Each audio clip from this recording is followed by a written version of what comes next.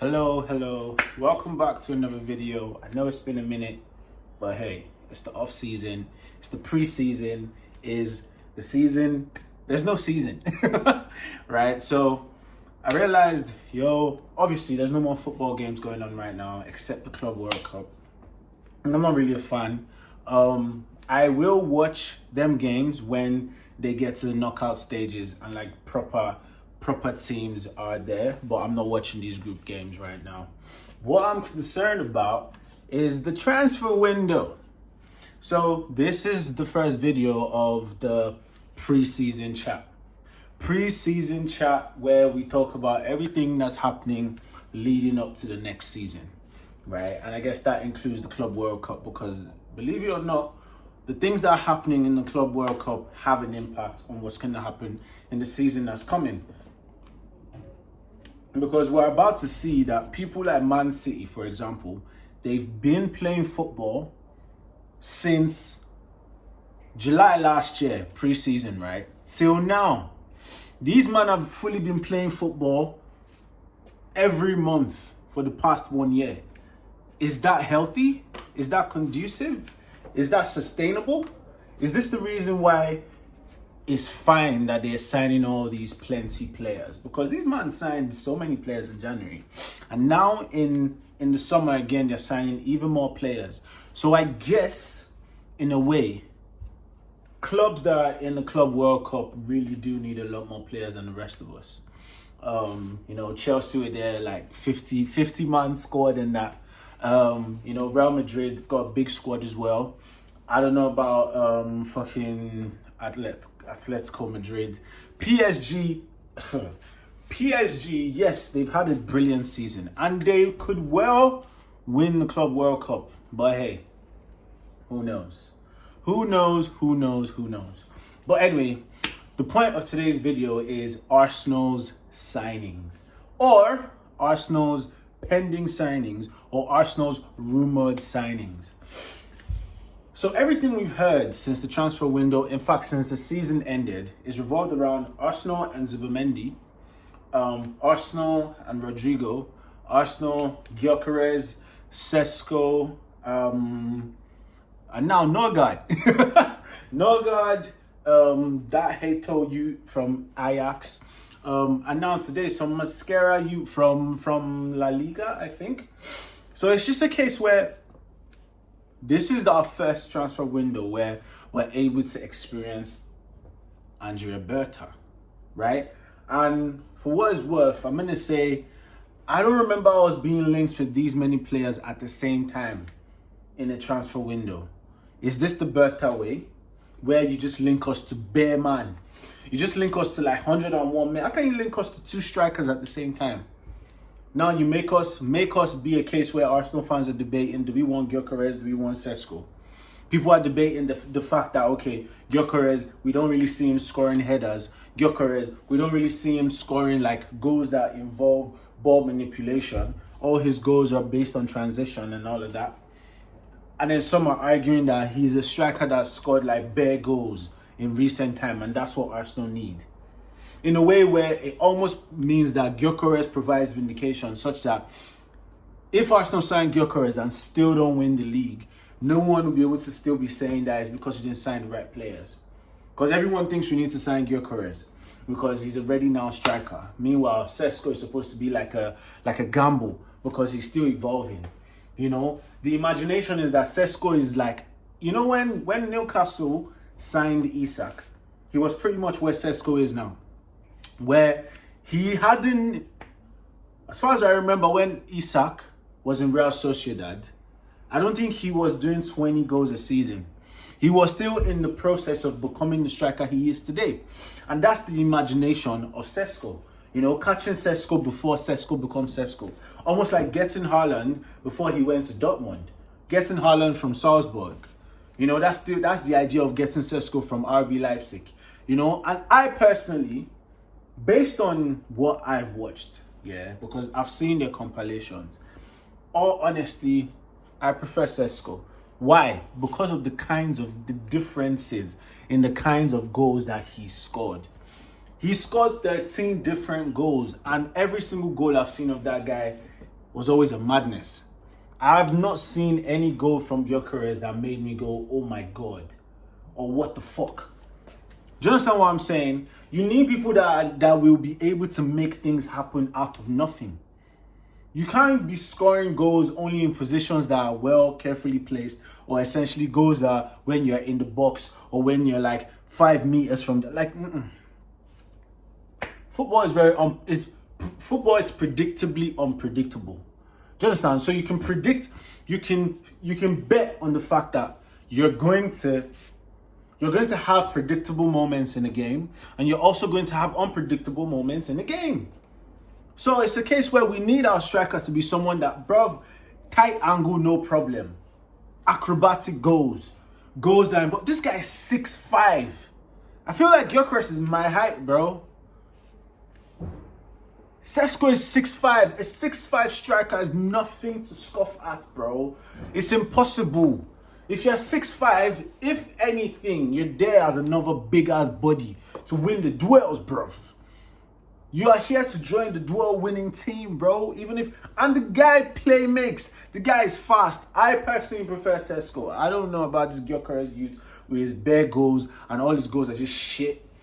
The same guy that fucking Fabio Vieira was doing madness in the fucking league, that Fabio Vieira was doing madness in, and then he comes to the Premier League and he looks like a fish out of water. Do you get what I'm saying? So I'm just like, yes, it's a fact where, yeah, it feels like the last quality player to come out of the Portuguese league is probably Bruno Fernandes, and I have my issues with him, such that this guy just doesn't like the ball. Any chance Bruno Fernandes gets is sending the ball away, so I don't like him. The last genuine talent to come out of the Portuguese league still remains Cristiano Ronaldo. You know? Because Enzo Fernandez came from there. I'm not impressed.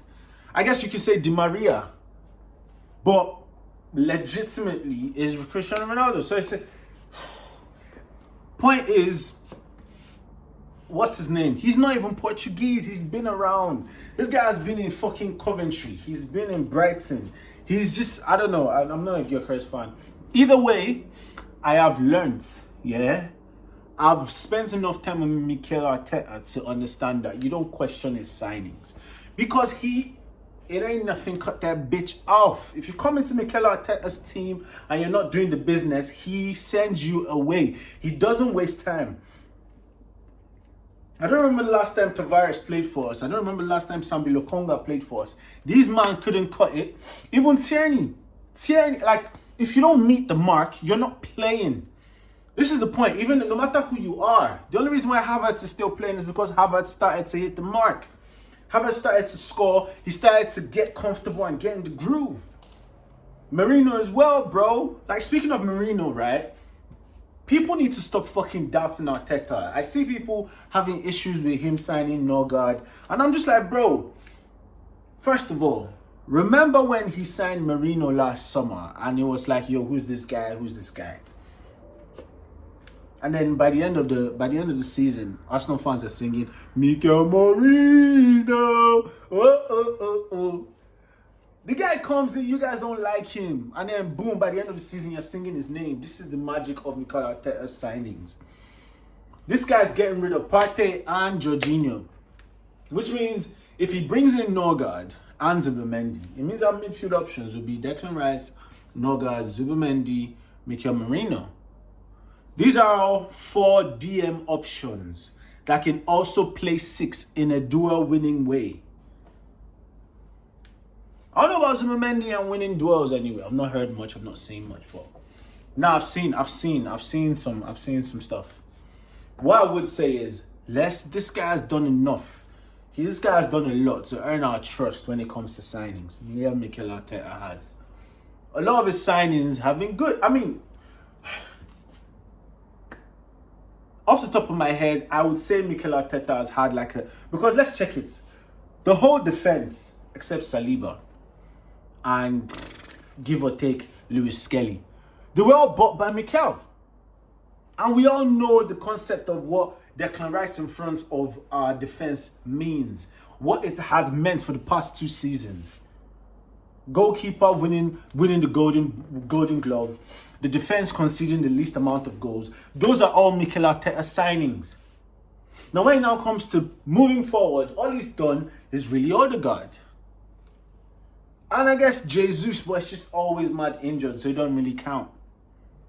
You can say Marino has been a good signing as well. So point is, he doesn't waste time if you're not up to the level. So that is the reason why it feels like Mikel Arteta has like a 50, 60, 70% success rate with signings. Because the signings that don't work, we don't see them anymore. And that's all you need. You need a manager, yeah, that obviously signs good players. And peradventure, he signs some shit players. He's not too stubborn. He's not too stubborn that he's not going to get rid of them. He will. I believe if Havertz wasn't doing the job, he would have gotten rid of Havertz. Some people think Havertz is his chosen one, but I don't believe so, bro. None of all these men are attached to where he's going. He didn't know none of these niggas before he got the job. He got the job and then he got to know these niggas. So it's a case where I trust my manager, I trust where we're going, I trust what we're doing, and people just need to be patient, man. Like, people just need to be patient and just trust. All right, cool, we brought in Kepa. There has to be a reason why Kepa was worth 70 million as a fucking goalkeeper, and Chelsea paid that. So he can't just be shit for no reason. And we're not even buying him as our first choice, we're buying him as our second choice, bro. As our second choice. So we'll see how he is. And guess what? The reason why we've had like 5 different goalkeepers since Mikel Arteta has come, because we've had Leno, we've had Martinez, we've had that Ryan guy from Brighton, we've had that skinny guy. I can't even remember his name. That guy that was just so bad. I can't remember his name. We've had Matt Turner, we've had Neto, and now we've had Raya, and now we're about to have fucking Kepa. 8 different goalkeepers under this manager. There's a reason, because if you're not up to scratch, you're out. You're out if you're not up to the level, you're out. He doesn't persist with rubbish, and this is why I love my manager. So if he believes we need Kepa to go for this next, listen, Sterling is back at Chelsea. Sterling is back at Chelsea. So like, we just need to trust him, man, and just understand that hopefully they're not finished. In a dream world, we get in Rodrigo. In a dream world, we do some madness and pull off an Isak, bro. Imagine if we low-key pull off an Isak, bro. Imagine how sick that would be. Pull off an Isak and then we just know the league is done. Because for what it's worth, let's be fucking for real. Our left winger should be fucking Gabriel Jesus, bro. The 2 Gabriels should be fine on the left wing. Leave this Gabriel Jesus striker shit, bro. Leave him on either wings. Use Gabriel Jesus as Sterling. Let Gabriel Jesus be the new Sterling, such that he doesn't play all the time, but he can come off the bench and do some madness. Stop starting Gabriel Jesus. He doesn't have the durability anymore, bro. Like, I can just imagine what his legs have been through. All these men that are always just getting injured and getting surgeries, I can just imagine what their legs have been through. And this is why these footballers always have to get married, bro. Because you can't be on crutches going after these hoes. This is why they always all have to be getting married. Because especially if you're an injury-prone player, you need to be married. It just seems like part of the prerequisites to even join this Arsenal team is to be a family relationship-ass motherfucker, man. So, it is what it is. It is what it is. Trust Arteta. Let's see. The transfer window is not even... The transfer window is barely even started, bro. It's barely started, man. Let's get into July, yeah? If we've not made something sexy happen by the end of July, alright, cool, then we'll speak. But for now, trust the process, my G. Trust the process. The project's going bang next season. Next season is the season. It's just facts. Everyone knows it. Everyone knows it, everyone feels it, everyone accepts it, everyone appreciates it, and everyone loves it. That next season is the season. And when it does happen, we'll see how that goes. We'll see what people have to say at that point. But yeah, as I say, new series during this off season, pre-season chat. We're gonna this is the beauty of why it's pre-season chat. We're gonna chat about so many different kinds of things. Do you understand? We're just here chatting about football and everything surrounding football before the season starts. and exploring different kinds of content. And yeah, man, just growing the audience, growing the message, growing the people. And as I said before, as I always say, please like, subscribe, and share the video. And if you've got a YouTube channel as well, put it in the comments. I'll subscribe to your thing, like your thing. Let's rise by lifting others, innit? Also, let's have some fun doing it. Let's have some fun, all right? All right, catch you guys in the next one. Hopefully, more videos coming out soon. Take care, people.